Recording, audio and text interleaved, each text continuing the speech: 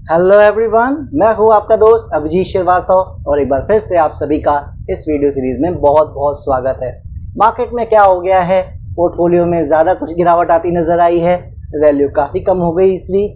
यही चीज़ मैं आपको वार्न करने की कोशिश करता आ रहा था कि सूनर और लेटर उम्मीद ये है कि करेक्शन हमें देखने को मिल सकती है और हमें ज़्यादा उम्मीद लगा के नहीं रखनी चाहिए। फिर भी अगर यहाँ से फ्रेश मूव मिलेगा तो थोड़ा सा उसके लिए हमें वेट करना चाहिए। और अब आपने देख लिया है इस वीक मिड कैप और स्मॉल कैप के स्टॉक्स में भारी गिरावट देखने को मिली है। तो क्या ये वाकई में उस करेक्शन की शुरुआत है जो हम एक्सपेक्ट कर रहे थे, या ये अभी सिर्फ छोटा सा डेंट लगा है और वापस अप ट्रेंड कंटिन्यू हो जाएगा? तो क्या बता रही है मार्केट, चार्ट्स क्या बता रहे हैं, लास्ट में कंक्लूजन में बात करेंगे ही वीडियो के। शुरू करते हैं आज का वीकली मार्केट सिनेरियो। ये आ गए हम लोग चार्ट्स पर। बात कर लेते हैं निफ्टी के बारे में। जैसा आपको याद होगा हम बात करते आ रहे हैं कि इसमें करेक्शन के हम बहुत नज़दीक हैं। इसी की उम्मीद है कि आने वाले सेशंस में कुछ हफ्तों में हमें करेक्शंस देखने को मिल सकती हैं और इसी कारण से हम बात करते आ रहे हैं कि वो एग्जैक्ट हाई कौन से होंगे, कितना ऊपर जाके वो करेक्शन करेगा हमें नहीं पता है। इसीलिए सपोर्ट के साथ आगे बढ़ते रहना है। 18,450 का एरिया हमने लास्ट वीक दिया था, इसी के साथ बढ़ते रहना है। अभी तक आपने देखा है कहीं कुछ खास बदलाव होता नजर नहीं आया है। छोटी छोटी करेक्शन करते हुए ये आगे बढ़ता चला जा रहा है। तो अभी भी हमारा जो सपोर्ट एरिया है वो रिवाइज नहीं हो सका है। 18,400-450 का जो ये जोन है इसी के साथ हमें बने रहना है। जब तक इसके ऊपर है तब तक हमारी नज़र में और ऊपर जाना चाहे तो जा सकता है, लेकिन हम हमेशा से यहाँ बताने की कोशिश करते आ रहे हैं जितना अब हम एज ए फ्रेश प्लेयर दूर रहेंगे उतना ही हमारे लिए बेटर रहेगा। जो राइड करते आ रहे हैं ये लेवल सिर्फ उनके लिए ही बेटर काम कर सकते हैं, क्योंकि करेक्शन कभी भी किसी भी लेवल से शुरू हो सकती है। और मेरा मानना ये है कि हम ऑलमोस्ट उस हाई के आसपास हैं, या तो ऑलरेडी वो लग गया है जहाँ से करेक्शन शुरू हो सकती है।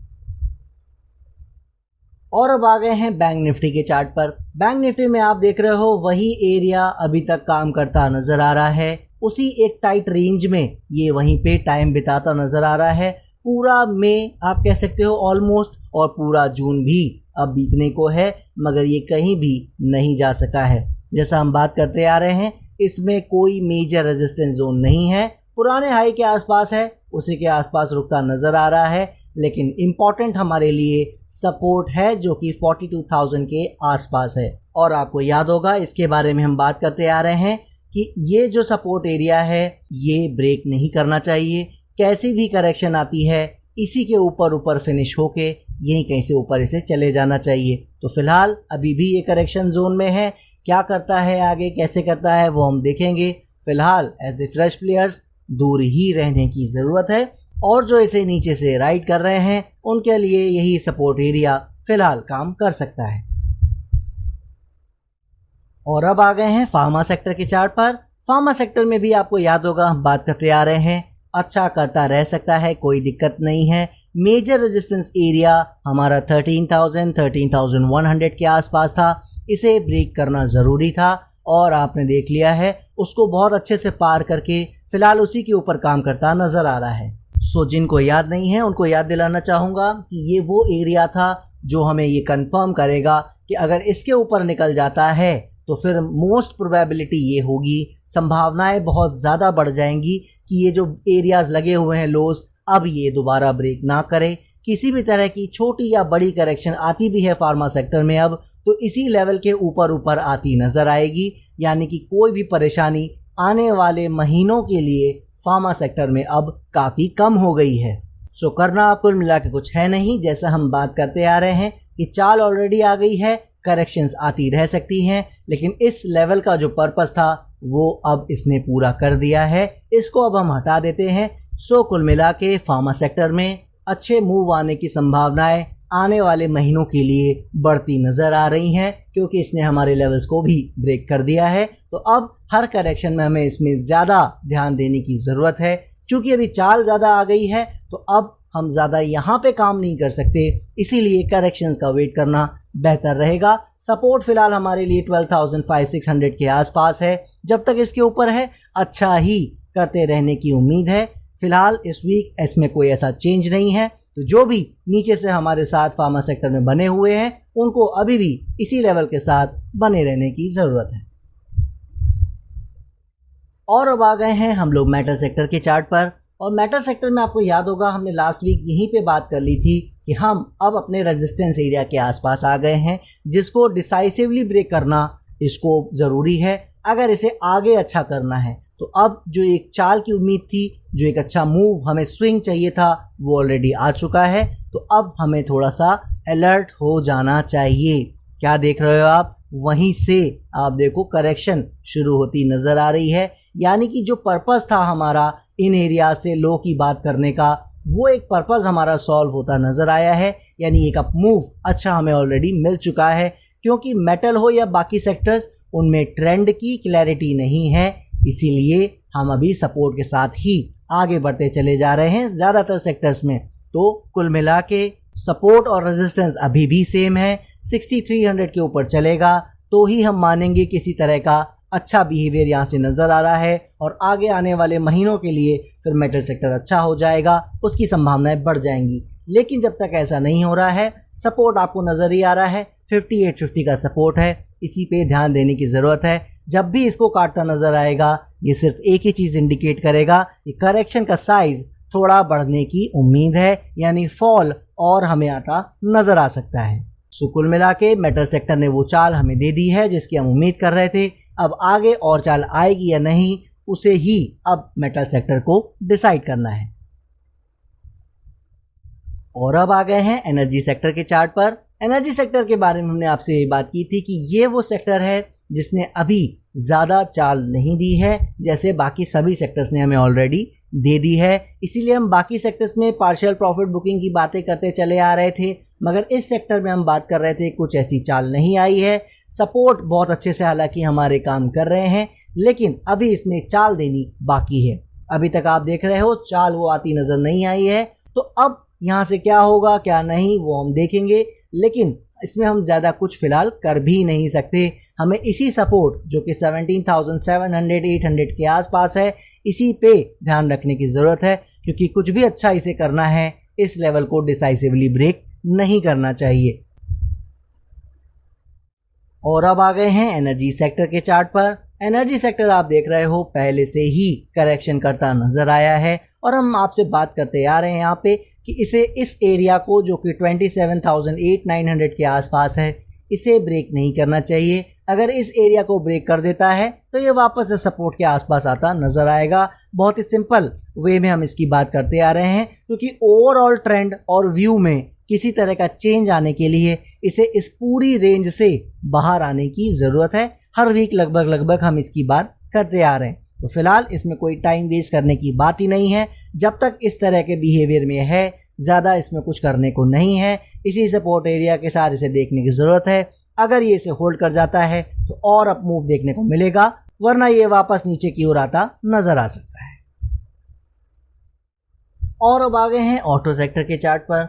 ऑटो सेक्टर आप देख रहे हो वहीं हाई के आसपास एक रेंज में काम करता नज़र आ रहा है, लेकिन जैसा हमने पहले से बात कर रखी है, बहुत अच्छी चाल दे दिया है और अभी भी हमें क्लैरिटी नहीं है कि ये आने वाले महीनों में क्या करने चाह रहा है। उसके लिए हमें थोड़ा सा और बिहेवियर देखना पड़ेगा। लेकिन जिस ट्रेंड की बात हम कर रहे थे, जिस स्विंग की बात हम कर रहे थे, वो इसने हमारी उम्मीद से काफ़ी अच्छा ऑलरेडी दे दिया है। तो अब इसमें भी ज़्यादा कुछ कहने सुनने को नहीं है। सपोर्ट हमारा 13,850 के आसपास का एरिया है, और इसीलिए हम ज़्यादातर सेक्टर्स में पार्शियल प्रॉफिट बुकिंग की बात करते आ रहे हैं।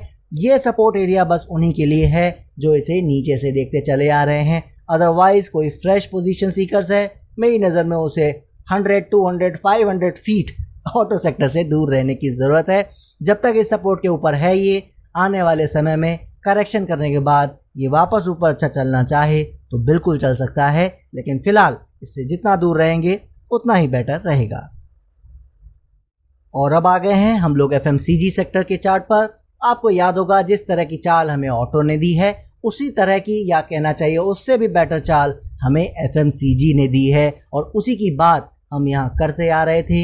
हम उसी के लिए यहाँ से सजेस्ट करते आ रहे थे कि ये बढ़िया कर सकता है, बहुत बढ़िया चाल। जैसा हमने लास्ट वीक की बात कर ली थी, अब हमें इसने दे दी है। इससे ज़्यादा उम्मीद रखना अब हमारे लिए बेईमानी होगी। इसीलिए सपोर्ट के साथ जो राइड कर रहे हैं वो राइड करते रह सकते हैं, लेकिन अब उम्मीदें ज़्यादा रखना गलत होगा। इसीलिए पार्शियल प्रॉफिट बुकिंग करते हुए ही आगे बढ़ते चलना चाहिए। क्या देख रहे हो आप? अभी तक तो ऐसा कुछ खास बिगड़ा नहीं है, लेकिन हमें कुछ भी अगर बिगड़ता है यानी कि करेक्शन बढ़ाता नज़र आता है, उसके लिए प्रिपेयर्ड रहना चाहिए। सपोर्ट हमारा अभी भी 49,700 के आसपास है, उसमें किसी तरह का कोई चेंज नहीं है। जब तक इसके ऊपर है उम्मीद बनी रहेगी कि छोटी मोटी करेक्शन करके ये वापस और ऊपर जाना चाहे तो बिल्कुल जा सकता है। और अब आ गए हैं पीएसयू बैंक के चार्ट पर। पीएसयू बैंक में भी आपको याद होगा हम यही बात करते आ रहे हैं कि इसमें हमें ज़्यादा उम्मीद करनी ही नहीं है। जिस स्विंग की बात हम बाकी सभी सेक्टर्स में करते आ रहे थे वो कई आप देख लो सेक्टर्स में आता नज़र आया है। एनर्जी के बाद अगर कोई सेक्टर है जिसमें वो स्विंग नहीं आया है वो पीएसयू बैंक है। और इस पीएसयू बैंक में तो हम कहते आ रहे हैं कि अगर स्विंग ना आए तो भी कोई ज़्यादा बड़ी बात नहीं होगी, सरप्राइज़ नहीं होगा हमारे लिए, क्योंकि ओवरऑल ये करेक्शन मोड में ही चलता आ रहा है, रेस्टिंग पीरियड में है। तो इससे ज़्यादा उम्मीद करना बेईमानी होगा। अभी तक आप देख रहे हो कहीं भी ये नहीं गया है। हालांकि जो स्विंग के लिए हमने सपोर्ट दिया था 3840, 3850 के आसपास, उसे ब्रेक इसने नहीं किया है। बट स्टिल आपसे हम यही बात करते आ रहे हैं कि इससे ज़्यादा उम्मीद नहीं करनी है। इस सपोर्ट के साथ थोड़ा बढ़ जाता है, अच्छी बात है, लेकिन क्लैरिटी तभी आएगी जब ये 4390, 4400 इन एरियाज़ को ब्रेक करता नज़र आएगा। अभी तक आप देख रहे हो ना ही इसने हमारे सपोर्ट को ब्रेक किया है ना ही रेजिस्टेंस को ब्रेक किया है। तो जब तक किसी तरह की कोई क्लैरिटी नहीं दे देता है, पीएसयू बैंक से फिर बोल रहा हूँ ज़्यादा उम्मीद हमें नहीं करनी चाहिए। हालांकि जो ये बात मैं बोलता आ रहा हूँ इसे बोलते भी 2-3 मंथ्स हो चुके हैं और उससे पहले से हम बात करते आ रहे हैं पीएसयू बैंक से दूर ही रहेंगे तो बेटर रहेगा। तो अब चूंकि इतना टाइम आप देख रहे हो गया है, पूरा 2023 जितना बीत चुका है ये सारा ही पीएसयू बैंक करेक्शन में निकाल चुका है। तो वो अच्छे जो होने की घड़ी है वो धीरे धीरे आ रही है नज़दीक, लेकिन अभी वो कितनी नज़दीक है, कितना अच्छा करेगा, आने वाला वक्त बताएगा। फिलहाल पीएसयू बैंक से दूर ही रहेंगे तो बेटर रहेगा। और जो इस स्विंग को देख रहे हैं और आगे बढ़ता हुआ देखना चाहते हैं उन्हें 3850 का एरिया ही फॉलो करना चाहिए। और फाइनली आ गए अपने सुपरस्टार चार्ट रियल्टी सेक्टर पर। शानदार चाल, शानदार मोमेंटम ऑलरेडी मिल चुका है। लास्ट वीक से ही हम बात करते आ रहे हैं, या मुझे कहना चाहिए लास्ट 2 वीक से हम बात करते आ रहे हैं।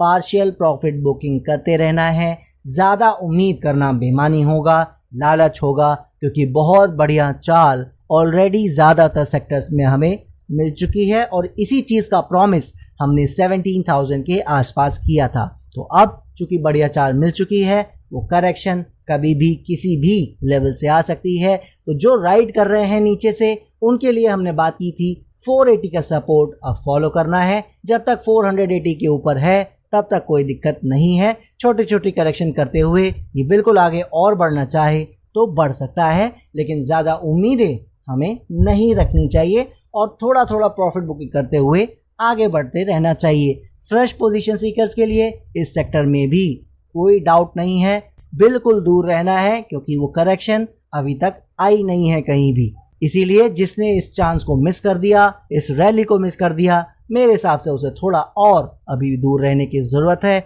उसे पेशेंटली मेरी नज़र में वेट करना चाहिए। बाकी जो इसे प्ले करने में कामयाब रहे हैं उन्हें अभी भी 480 का सपोर्ट ही फॉलो करने की ज़रूरत है।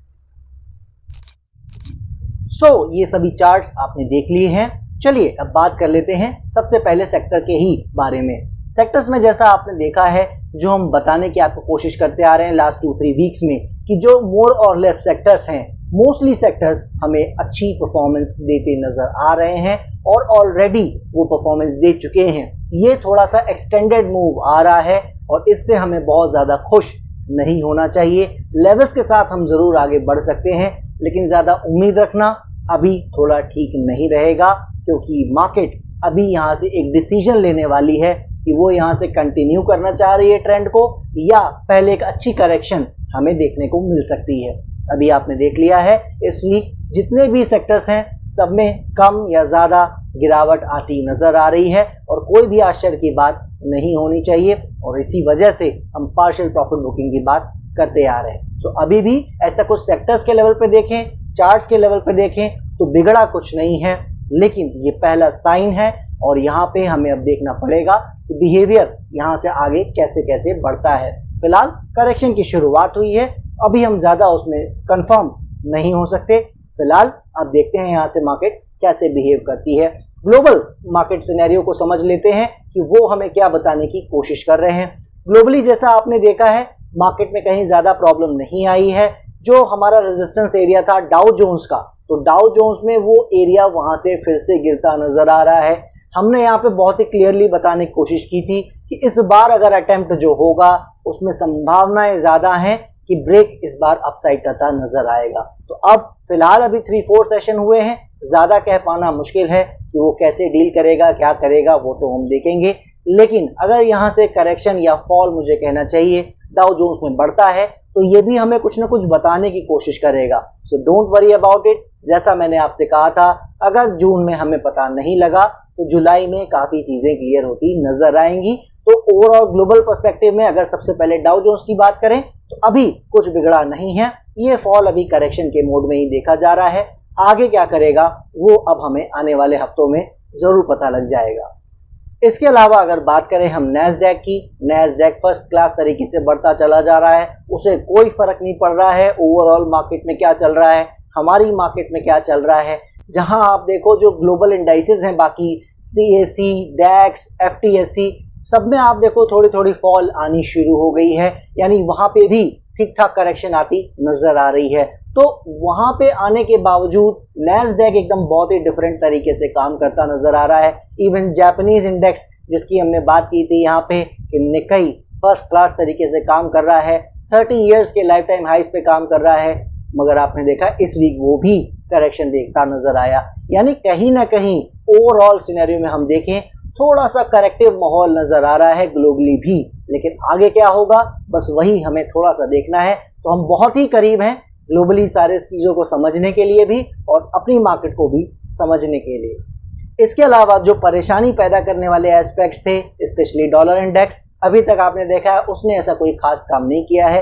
हालांकि इस वीक वापस ऊपर बढ़ने की कोशिश कर रहा है। जैसा लास्ट वीक उसने रिलीफ दिया था, जो एक्सपेक्टेड बाउंस था उतना लेके वो वापस गिरने लगा था, लेकिन इस वीक थोड़ा सा इंक्रीमेंट उसमें होता वापस नजर आया है। तो अभी ऐसा कोई खास परेशानी नहीं मैं कह सकता आ गई है, लेकिन याद रखिएगा अगर ये 107, 108 की ओर जाएगा तो वो थोड़ा सा मार्केट के लिए परेशानी क्रिएट करेगा और उसके ऊपर चला तो बहुत ज़्यादा परेशानी मार्केट में आ सकती है। तो जैसा मैंने कहा सब कुछ सिंकअप है मार्केट में, वैसे ही डाउ जोन्स बिहेव करेगा, वैसे ही डॉलर इंडेक्स बिहेव करेगा, सब एक जैसे ही बिहेव करने वाले हैं और वही मार्केट की दिशा और दशा को तय करेंगे। इसके अलावा हम जो बात करते हैं बॉन्ड यील्ड की, तो बॉन्ड यील्ड भी अभी तक पोजीशनिंग उसकी ठीक है, कहीं कुछ खास नहीं हुआ है। जो इसमें करेक्शन वापस शुरू हो जानी चाहिए, जो फॉल वापस शुरू हो जाना चाहिए, वो अभी तक हमें देखने को नहीं मिला है। लेकिन अच्छी बात यह है कि वो ऊपर जाना भी शुरू नहीं किया है। तो अभी तक सब कुछ आप कह सकते हो एज ए स्टेबल कंडीशन में है, ज़्यादा कहीं कुछ ना बिगड़ा है ना ज़्यादा कहीं कुछ बना है। लेकिन मुझे पूरी उम्मीद है अब जल्दी ही आने वाले 2-3 वीक्स के अंदर अंदर हमें ग्लोबल मार्केट कुछ ना कुछ इंडिकेशन देती नजर आएगी। सो अब बात कर लेते हैं अपने इंडियन मार्केट के बारे में, ब्रॉडर पर्सपेक्टिव के बारे में और खासकर निफ्टी के बारे में। निफ्टी जैसा आपको याद होगा हम कहते आ रहे हैं यहाँ पे कि एक चाल इसमें ऑलरेडी एक अच्छी आ चुकी है।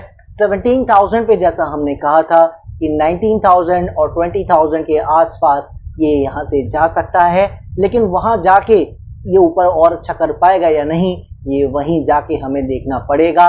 और उसकी संभावना जो थी वो यही थी कि अब उसके आगे जा पाए, उसमें मुश्किलें आती नजर आएंगी। इसी कारण से मैंने उस वक्त भी यही कहा था और इसी कारण से हम उसको इसी तरह से देखते आ रहे हैं। हम उसमें फुल्ली कॉन्फिडेंटली आप कह सकते हो वर्क करते नहीं आ रहे हैं। मैं यहाँ पे बोलता चला आ रहा हूँ कि एज ए ट्रेडर हमें कम काम करना है। उसकी वजह यही रही है, वो कॉन्फिडेंस जो हमारा 15-16,000 के आसपास था कि हम 22,000, 25,000 उस तरह की तेजी में जा रहे हैं, उस तरह का कॉन्फिडेंस हमारा 17,000 के आसपास नहीं रहा और आज भी नहीं है। आज आप ज़रूर सोच रहे होंगे कि आज मैं इस तरह की डिप्रेसिव बातें ज़्यादा क्यों कर रहा हूँ, बहुत इनकरेजिंग बातें क्यों नहीं कर रहा हूँ। उसकी कुछ वजह हैं। देखिए, मार्केट में जैसा मैं आपको पहले से इंडिकेट करता चला आ रहा हूँ कि चाल यहाँ पे अच्छी आ चुकी है, तो थोड़ा सा अब इसके रिलैक्स करने का टाइम आ रहा है। और जैसा मैंने आपसे एक प्रॉमिस किया था कि जून जुलाई से पहले पहले अगर हमें पूरी मार्केट की पिक्चर क्लियर नहीं भी हुई तो भी हमें काफ़ी इंडिकेशंस मिल जाएंगे, जिसके बेस पे हम अपने आप को प्रिपेयर कर सकते हैं आने वाले कई महीनों के लिए, एटलीस्ट पूरे 2023 के लिए और कम से कम कुछ महीने 2024 के लिए भी। यानी इतना आप कह सकते हो 6 to 10 मंथ्स का हमारी प्रिपरेशन हो जाएगी।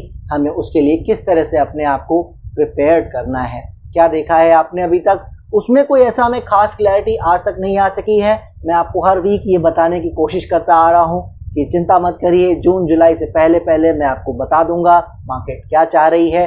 और जो सबसे बड़ी वजह है उसी की बात सबसे पहले कर लेते हैं, mid cap and small cap.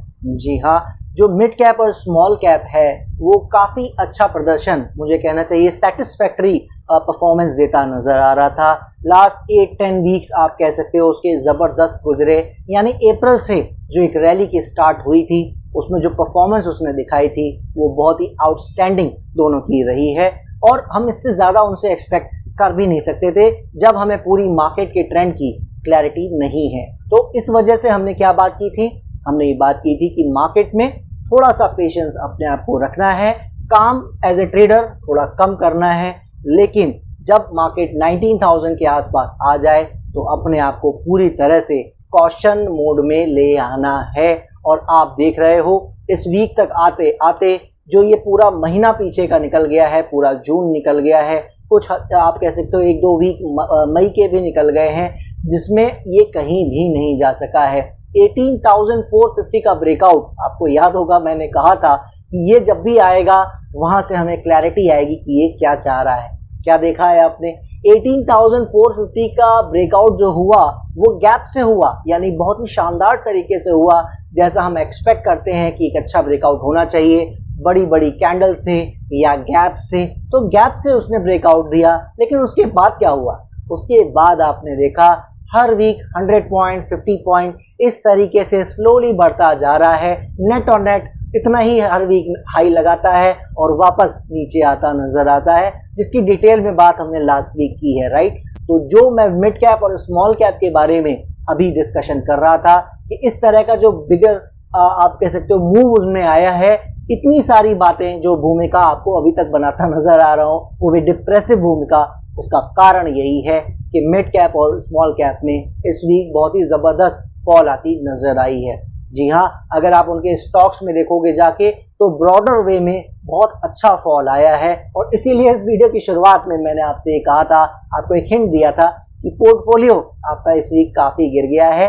अभी तक आपने देखा है 18,900 के आसपास का हाई लगाया है, 880 890 के आसपास, तो वहां से अब ये एक हमें फॉल आता नजर आ रहा है। ओवरऑल मतलब इंडेक्स को अगर आप देखोगे तो वहां ऐसा कोई खास परेशानी नहीं है, 650 के आसपास आई बिलीव आ गया है, ऊपर से 200 पॉइंट के आसपास का फॉल है, राइट। तो उससे कोई फर्क नहीं पड़ता। उसमें अपडेट ये है कि ओवरऑल इंडेक्स ने भी करेक्शन की शुरुआत दिखाई हो या ना दिखाई हो, ओवरऑल जो सेंस इस वीक मिला है हमें वो करेक्शन की शुरुआत बताता नजर आ रहा है। कंफर्मेशन उसकी कैसे होगी वो मैंने आपको बता दिया है। 18,450 का जो सपोर्ट हमने दे रखा है उस पर विशेष ध्यान रखना है। 3-4 आवर की सस्टेनेबिलिटी सिर्फ चेक करनी है, उसके नीचे इतनी सस्टेनेबिलिटी भी हो गई तो समझ जाइएगा कि फिर वो करेक्शन अब शुरू हो गई है और फिर हमें 700, 1000 पॉइंट, 1200 पॉइंट इस तरह का आपको एक फॉल आता नजर आएगा। यानी अगर मैं हाई से जोड़ूं 18,900 के आसपास से तो करीब करीब वही आप कह सकते हो 18,000 के नीचे 17,700, 800 उस एरिया में जाना चाहे तो वहां तक भी जा सकता है। लेकिन क्या हमें सब कुछ पता है कि वहां जाएगा ही? कुछ भी नहीं पता है दोस्तों।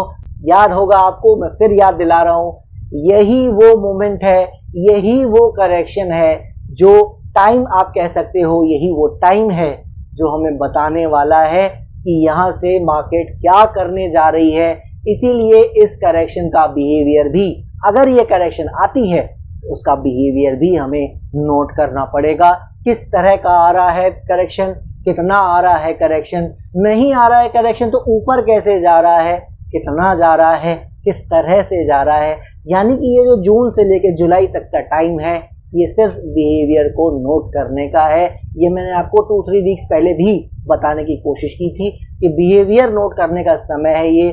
क्या करेगी मार्केट उसका कोई समय नहीं है, हमें बस चुपचाप इसमें बैठ के तमाशा देखना है। और इस वीक जो सेंस मिला है वो ये बता रहा है कि करेक्शन की शुरुआत भी हो सकती है। एक और इंटरेस्टिंग फैक्ट बता देता हूँ, मैं उसको फॉलो नहीं करता हूँ लेकिन मेरी नज़र में इस वीक पड़ गया और कई मेरे ग्रुप मेंबर्स जो हैं, खासकर हमारे डॉक्टर अमित जी जो हैं, वो इस चीज़ को फॉलो करते हैं, तो मुझे लगा कि हमें इसको यहाँ पे बता देना चाहिए ताकि अगर कोई और भी फॉलो करता हो वो भी चेक कर ले। जैसा आपको पता है हम तो ये टाइम पूरा जोन फॉलो कर रहे हैं, जून और जुलाई का, इसमें हमें देखना है मार्केट कैसा बिहेवियर करेगी, राइट। लेकिन जो इक्विनॉक्स और सॉल्स्टिस फॉलो करते हैं, जो टाइम को दूसरे नज़र से देखना चाहते हैं, जो नेचुरल बिहेवियर्स होते हैं उसको अगर फॉलो करते हैं तो उनके लिए भी उनको याद दिला रहा हूँ मैं कि 21 से 23 जून का जो टाइम होता है, जिसमें आप कह सकते हो सॉल्स्टिस का एक पड़ता है इस वक्त टाइम, वो अब निकल चुका है। यानी उसका भी एक समय यहाँ पे टर्न हो रहा है। तो कैसे यहाँ से चीज़ें पैन आउट होंगी वो हम देखेंगे। मार्केट ने क्लियरली एक साइन दिया है, अब वो यहाँ से कंटिन्यू करेगी या नहीं वही हमें वक्त बताएगा। क्या हम इस करेक्शन में कुछ और देख सकते हैं, क्या इसको और कुछ अच्छे बेहतर तरीके से समझ सकते हैं? देखिए, अभी कुछ भी कहना, जैसा मैंने कहा, आपसे जल्दबाजी होगा। फिर भी अगर मैं आपको थोड़ा बहुत अंदाज़ा देने की कोशिश करूं तो कौन कौन से सिनेरियो दिख रहे हैं करेक्शन के, वो आपको बताने की कोशिश कर रहा हूं। तो पहला यही है कि 18,450 400 के आसपास जाके उसके नीचे सस्टेन ना करे ये, और यहीं कहीं थोड़ा बहुत टाइम बिता ले, 1-2 वीक्स 3 वीक्स, और इस तरह से यहाँ पे बिहेवियर करके ये वापस ऊपर चलता नजर आए। दूसरा तरीका क्या है, अगर ये करेक्शन करता है तो क्या हो सकता है? अगर करेक्शन करता है तो उसमें 2 टाइप्स हो सकते हैं। पहला टाइप क्या है, जिसकी संभावना मेरी नज़र में ज़्यादा है और मैं उस पर ही रिलाई करूँगा। वो संभावना ये है कि अगर करेक्शन आती है तो ठीक ठाक प्राइस वाइज आपको आती नज़र आ सकती है, और प्राइस वाइज से मेरा मतलब ये है 1000 पॉइंट, 1200 पॉइंट्स, 1300-1400 पॉइंट्स, इस टाइप की करेक्शन ज़्यादा से ज़्यादा मुझे लगता है आनी चाहिए, इससे ज़्यादा नहीं आनी चाहिए। तो अगर मैं इसको पॉइंट्स के साथ साथ इंडेक्स में कन्वर्ट करने की कोशिश करूं तो मैं आपको यहाँ लेवल जो बता रहा था 17,700-800 ज़्यादा से ज़्यादा का एरिया वो बनता है मेरे नज़र में। इससे ज़्यादा नीचे इसे नहीं जाना चाहिए, इसके ऊपर ही ऊपर ये कहीं ना कहीं इस करेक्शन को एंड कर देना चाहिए। हालांकि जैसा मैं फिर आपको बता दूं, अभी हमें क्लैरिटी नहीं है कि वो करेक्शन की शुरुआत हुई है या नहीं, बट स्टिल ओवरऑल सेंस हमें करेक्शन की शुरुआत का मिल रहा है। इस वजह से हम ये सारे सिनेरियो की करेक्शन की बात कर रहे हैं। सो अब आपको बता देते हैं अपने फाइनल सिनेरियो की कि करेक्शन में और क्या हो सकता है।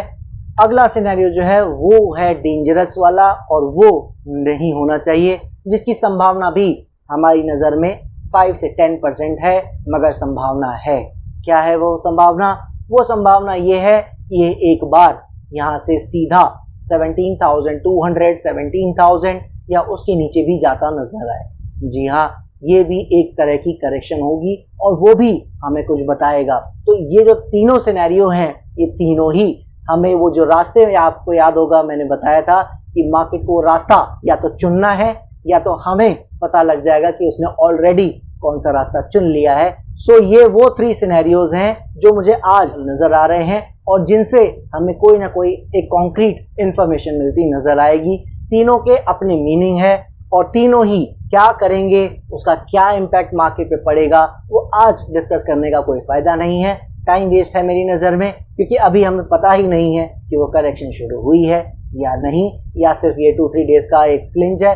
थोड़ा बहुत यहाँ पे करेक्शन करके ये फिर ऊपर चलने लगे तो क्या करेंगे, राइट। तो इसीलिए अभी ज़्यादा आगे नहीं सोचते हैं, लेकिन अगर करेक्शन होती है तो आज मैंने आपको बताने की कोशिश की है कि उसके किस किस तरह के सिनेरियो हो सकते हैं। उसके लिए अपने माइंड को प्रिपेयर रखना है, याद रखना है कि शॉर्ट सेल करने की गलती नहीं करनी है।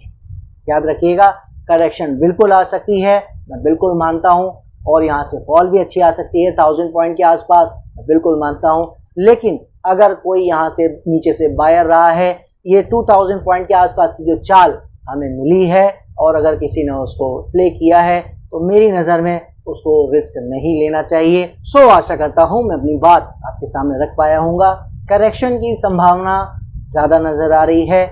आपको जैसा मैंने लास्ट वीक कहा था 19,000 अभी भी अगर हाई लगाना चाहे 19,000 के आसपास तक जा सकता है, कोई बड़ी बात नहीं है। लेकिन ओवरऑल आप देखोगे 19,200 की साइड ये नहीं जाना चाहिए। अगर इसे करेक्शन करनी है, उसके ऊपर जाता नजर आएगा तो आप समझ लेना कि ये ऐसे ही रो रो के ऊपर चलता नजर आएगा या शार्पली बढ़ता नजर आ सकता है। इसी वजह से कह रहा हूँ शॉर्ट सेल नहीं करना है, क्योंकि जब ये बढ़ेगा, अगर शार्पली बढ़ने का इसने सोच लिया तो आप समझ लीजिए एग्जिट करने का मौका आपको नहीं मिलेगा। तो अगर हमारी कुछ इंटरेस्ट आ भी रहा है कि हम कुछ शॉर्ट सेल कर लें या कुछ बेच लें, मेरा सजेशन ये है कि हमें या तो इंट्राडे में से डील कर लेना चाहिए और या तो बहुत ज़्यादा प्रॉपर हेजिंग से काम करने की कोशिश करनी चाहिए। सो जो भी आज बातें बताई हैं, ध्यान रखिएगा, मार्केट बहुत जल्दी हमें क्लैरिटी देती नजर आएगी। Don't worry about it. ये जून एंड ही हो गया है। जैसा मैंने आपसे कहा था कि टाइम पास कर सकती है जून भर, वो आपने देख लिया, इसने टाइम पास किया ऊपर।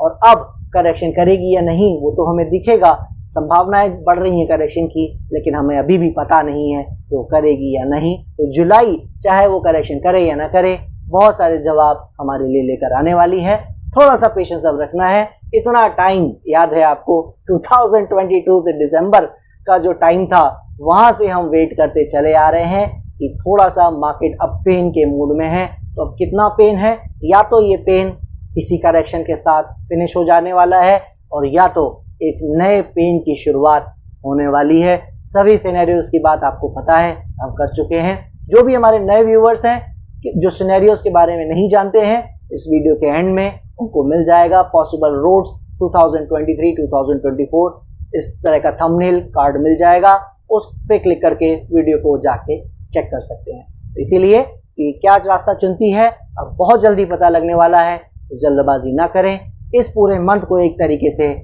अवॉइड मान लें और ट्रेडर तो बिल्कुल अवॉइड ही करें तो मेरी नज़र में बेटर रहेगा। दीजिए मुझे इजाज़त, नेक्स्ट वीक फिर मिलेंगे। तब तक के लिए जय हिंद, जय भारत।